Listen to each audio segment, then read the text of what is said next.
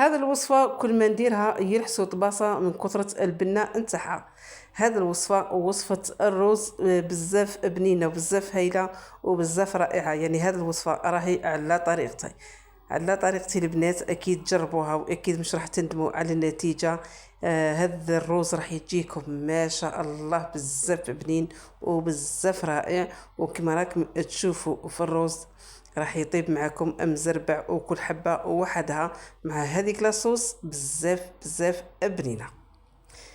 السلام عليكم، مرحبا بكم في وصفة جديدة من وصفاتي. ان شاء الله تكونوا كامل بخير وبصحة جيدة. وانتم تشوفوا في هذا الفيديو ما ننساش نرحب بالمشتركات الجدد ونقول لكم حبيباتي الدار داركم وانا راني غير ضيفة عندكم. راح ندخلوا في الوصفة وطريقة التحضير. راح نبداو بالصلاة والسلام على رسول الله عليه أفضل الصلاة والسلام. كما راكم تشوفوا حبيباتي، حطيت الكوكوطة تاعي، حطيت فيها كمية تاع الزيت وحطيت فيها كمية تاع البصل. يعني حبيبة تكون متوسطة، اللي كنت سكرفجتها بسكرفاجة لخشينة. وهنا حبيباتي حطيت هذا العظم نتاع صدر تاع الدجاج اللي راح نبنن به هذا لاصوص نتاعي. هنا حبيباتي سكرفشت حبيبه نتاع الطماطم تكون صغيره متوسطه وحضفتها للخليط نتاعي. وهنا راح ندير التوابل.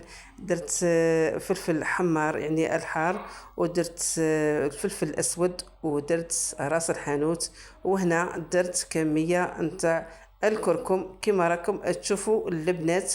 وزدت ضفت لها كميه نتاع الزنجبيل او سكنجبير، يعني على راس مغرفه نتاع القهوه او مغرفه صغيره نتاع القهوه. هنايا البنات كما قلت لكم هذا الرز راهو على طريقتي. انا نحب الرز تاعي ندير فيه الزروديه مبشوره كما راكم تشوفوا. درت لها كميه تاع الزيتون الاخضر اللي كنت قطعته رقيق، وزدت ضفت لها كميه تاع الثوم، وضفت لها مغرفه نتاع الطماطم ومغرفه نتاع الهريسه باش تجينا لاصوص تاعنا خاثره وتجينا بنينه. وزدت ضفت لها كميه نتاع الملح والكزبره الخضراء او الدبشه كما راكم تشوفوا. راح نخلط الخليط نتاعي بهذا الطريقه وراح نحطها على النار حتى تتقلى معنا مليح. هنا البنات شوفوا جبت صدر نتاع الدجاج او نصف صدر تاع الدجاج اللي كنت قصيته مكعبات، حطيته كما راكم تشوفوا وجدته. وهنايا البنات نقلي الكوكوطه تاعي حنقلق عفوا عفوا حبيباتي، راح نقليها مليح، راح نقلي. عذروني البنات، راني اليوم راهي الهضره تاعي راهي غير تهرب لي ما عرفوش كاين.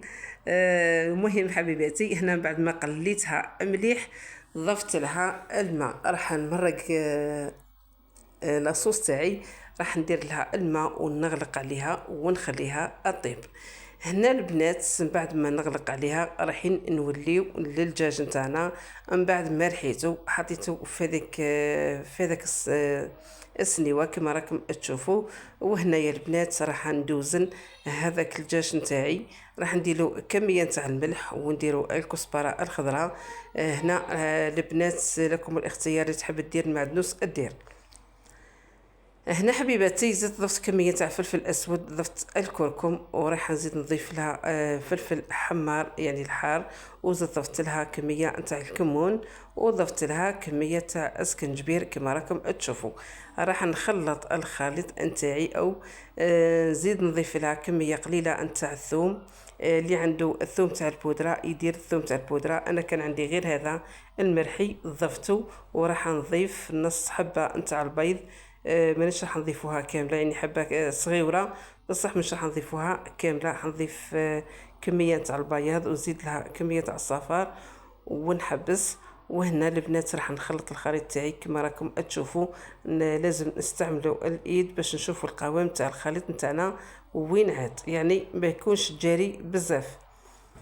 هنا البنات بعد ما خليته واحد ربع ساعه حتى نشرب معنا هذاك يعني حكم روحو الخليط نتاعنا. وهنا راح نشمخ يدي بالزيت وراح ندير الكوريات نتاعي من بعد ما طابت لنا هذيك لاصوص. يعني راه دات حقها في الطياب. يعني هذه الوصفه البنات صدقوني مش راح اطول معاكم غير نص ساعه وانتم ما وجدتوها. بالخصوص كي تكونوا موجدين يعني المراحل تواكم، بالخصوص كي تعودوا موجدين ثاني هذه المرحله نتاع كوريات نتاع الدجاج. كي تعودوا موجدينهم يعني من قبل اني لاصوص تاعكم ما تديش 20 دقيقه وراح تكون واجده معكم. المهم البنات هنا راح نكور كامل الكوريات نتاوعي نتاع الدجاج ونحطهم في الكوكوطه على هذاك المرق. ومن بعد كي نخلص راح نحطها يعني نقفل عليها ونخليها حتى تتجمر معنا، يعني يطيبوا هذوك الكوريات نتاع الدجاج. ومن جهه تختار لاصوص نتاعنا وراحين نحيوها. كما راكم تشوفوا البنات يعني الطريقه راهي سهله، صدقوني البنات جربوها بهذا الطريقه، صدقوني والله العظيم واحد البنه ما شاء الله، غير جربوها.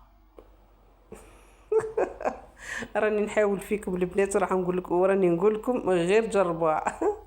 اكيد اذا تجربوها واكيد اكيد راح تعجبكم النتيجه.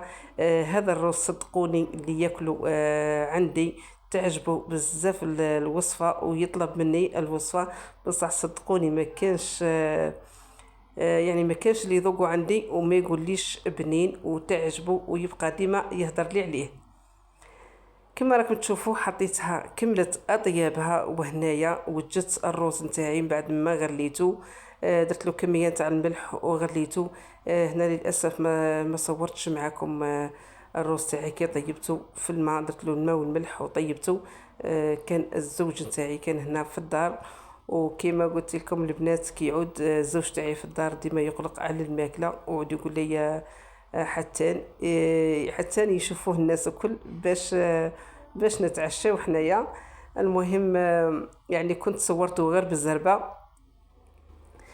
حبيت نشارك معكم الوصفه صدقوني ما حبيتش نفوتها، قلت والله غير نشاركها مع حباباتي واكيد راح تعم الفائده واكيد راح تجربوها وتدعيوا لي.